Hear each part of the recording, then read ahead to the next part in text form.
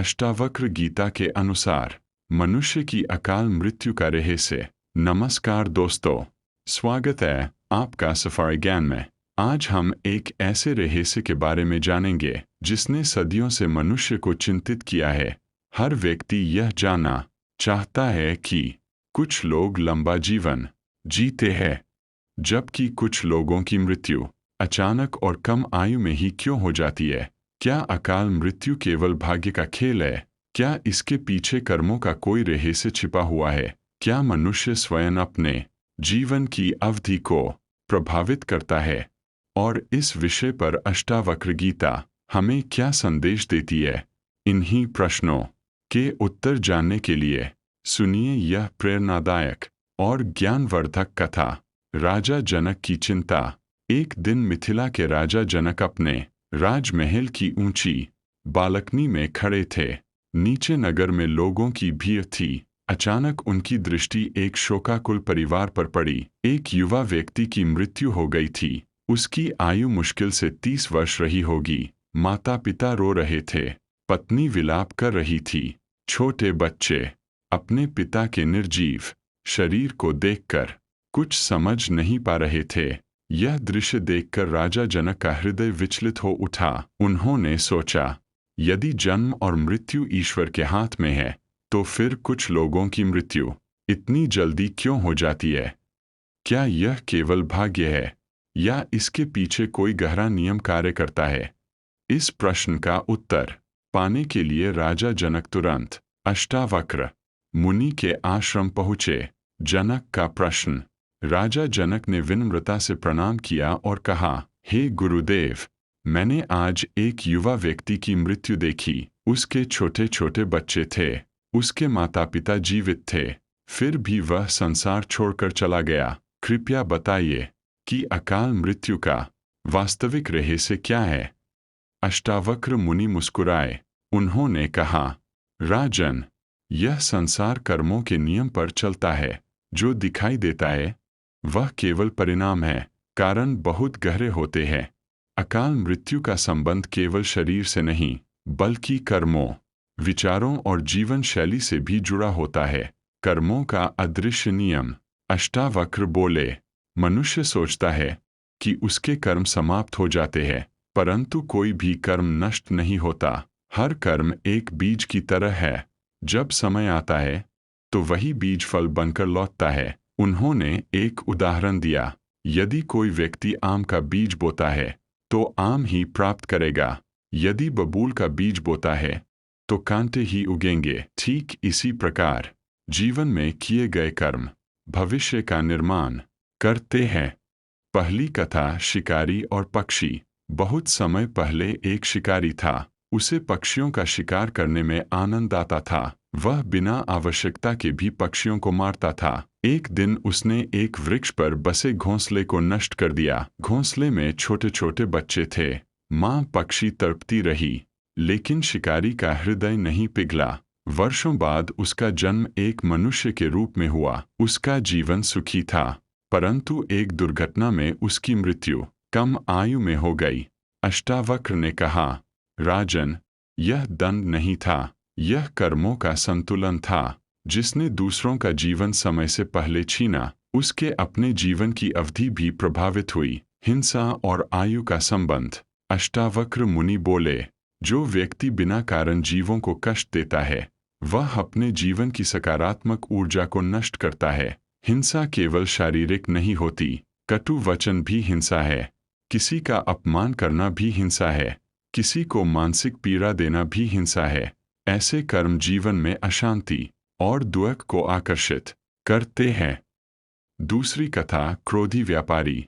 एक नगर में एक धनी व्यापारी रहता था। धन बहुत था, परंतु क्रोध उससे भी अधिक था। वह अपने नौकरों को अपमानित करता, गरीबों को तुच्छ समझता, जो भी उसकी बात न माने उसे बुरा भला कहता। धीरे धीरे उसका शरीर रोगों से घिरने लगा, मन अशांत रहने लगा। एक दिन अचानक हृदयाघात हुआ और उसकी मृत्यु हो गई। लोगों ने कहा, धन तो बहुत कमाया, पर जीवन नहीं बचा पाया। अष्टावक्र बोले, क्रोध सबसे पहले उसी व्यक्ति को जलाता है जिसमें वह उत्पन्न होता है। नकारात्मक विचारों का प्रभाव। अष्टावक्र ने कहा, मनुष्य जैसा सोचता है वैसा ही बनता जाता है। यदि मन में निरंतर भय, ईर्ष्या, घृणा और क्रोध हो तो शरीर पर उसका प्रभाव पड़ता है। मन अशांत होगा, शरीर दुर्बल होगा और जीवन की ऊर्जा क्षीण होती जाएगी। इसलिए विचारों की शुद्धता भी दीर्घायु का कारण बनती है। तीसरी कथा, संत और किसान। एक किसान था। वह सदैव प्रसन्न रहता, गरीबों की सहायता करता, पेड़ लगाता, पशुओं की सेवा करता। एक दिन उसने एक संत से पूछा, महाराज, मेरे पास धन कम है, फिर भी मन में शांति क्यों है? संत बोले, क्योंकि तुम्हारे कर्म तुम्हारे लिए सुरक्षा कवच बन रहे हैं। किसान लंबा और स्वस्थ जीवन जिया। अष्टावक्र बोले, सत्कर्म जीवन को स्थिरता देते हैं। पेड़ पौधों का महत्व। अष्टावक्र ने प्रकृति का विशेष महत्व बताया। उन्होंने कहा, जो व्यक्ति बिना कारण हरे भरे वृक्षों को नष्ट करता है वह प्रकृति के संतुलन को बिगाड़ता है। वृक्ष केवल लकड़ी नहीं है, वे जीवन हैं। वे प्राणवायु देते हैं। वे असंख्य जीवों का आश्रय है। जो प्रकृति का सम्मान करता है प्रकृति भी उसकी रक्षा करती है। माता पिता का अपमान। अष्टावक्र मुनि ने कहा, माता पिता के हृदय को दुख देना भी गंभीर कर्म है। जिस घर में माता पिता रोते हैं वहाँ सुख अधिक समय तक नहीं टिकता। जो संतान उनका सम्मान करती है उसके जीवन में विशेष कृपा बनी रहती है। राजा जनक ने पूछा, क्या इसका संबंध आयु से भी है? अष्टावक्र बोले, हाँ राजन, आशीर्वाद जीवन को ऊंचा उठाते हैं और शाप उसे नीचे ले जाते हैं। अहंकार का परिणाम। अहंकार मनुष्य को सत्य से दूर कर देता है। अहंकारी व्यक्ति स्वयं को सर्वश्रेष्ठ मानता है। वह दूसरों का सम्मान नहीं करता। धीरे धीरे उसके शुभ कर्म नष्ट होने लगते हैं और जीवन में कठिनाइयां बढ़ती जाती है। आत्मा कभी नहीं मरती। अब अष्टावक्र ने सबसे महत्वपूर्ण बात कही। उन्होंने कहा, राजन, जिसे तुम मृत्यु कहते हो वह केवल शरीर का अंत है। आत्मा न जन्म लेती है और न मरती है। मृत्यु वस्त्र बदलने जैसी है। शरीर पुराना हो जाता है, आत्मा नया शरीर धारण कर लेती है।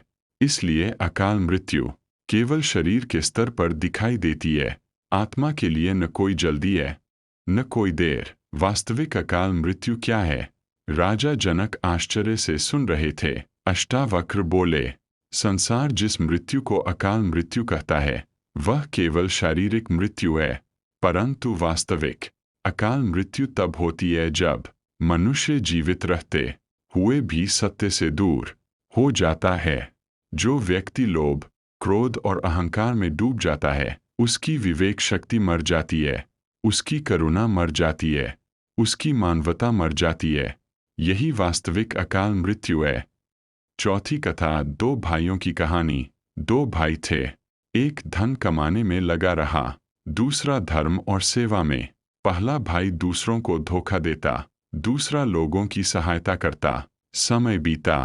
पहले भाई ने बहुत धन कमाया लेकिन शांति खो दी। दूसरा भाई साधारण जीवन जीता लेकिन संतुष्ट रहा। जब दोनों वृद्ध हुए तब लोगों ने कहा, जिसने प्रेम कमाया वही वास्तव में सफल हुआ। अष्टावक्र बोले, जीवन की लंबाई से अधिक महत्वपूर्ण उसकी गुणवत्ता है। मृत्यु का भय क्यों?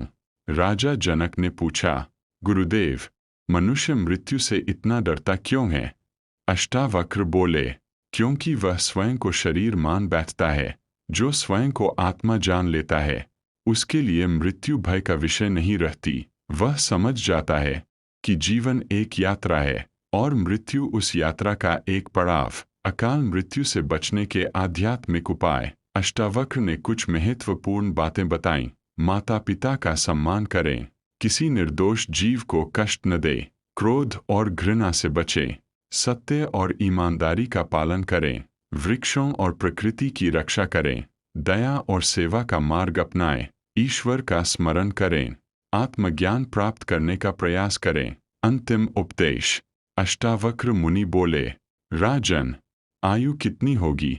यह केवल मनुष्य के हाथ में नहीं है, परंतु वह अपने कर्मों से जीवन को श्रेष्ठ अवश्य बना सकता है। जिसने प्रेम किया, जिसने सेवा की, जिसने सत्य का मार्ग अपनाया, उसने जीवन को सफल बना लिया, चाहे उसकी आयु छोटी हो या बड़ी। राजा जनक की शंका दूर हो गई। उन्होंने प्रणाम किया और कहा, गुरुदेव, आज मुझे समझ में आ गया कि मृत्यु का रहस्य शरीर में नहीं, कर्मों और आत्मज्ञान में छिपा है। अष्टावक्र मुस्कुराए। आकाश में सूर्य अस्त हो रहा था, परंतु राजा जनक के भीतर ज्ञान का नया सूर्य उदित हो चुका था। तो दोस्तों, अष्टावक्र गीता हमें सिखाती है कि आत्मा अमर है और कर्मों का नियम अटल है। अकाल मृत्यु का भय तभी समाप्त होता है जब मनुष्य अपने वास्तविक स्वरूप को पहचान लेता है। इसलिए जीवन को प्रेम, दया, सेवा और सत्य से भरिए, क्योंकि जीवन की महानता उसकी लंबाई में नहीं, बल्कि उसके सद्कर्मों में छिपी होती है। यदि आपको यह कथा पसंद आई हो तो वीडियो को लाइक करें, चैनल सफारी ज्ञान को सब्सक्राइब करें और अपने मित्रों के साथ अवश्य साझा करें। धन्यवाद। हरि ओम।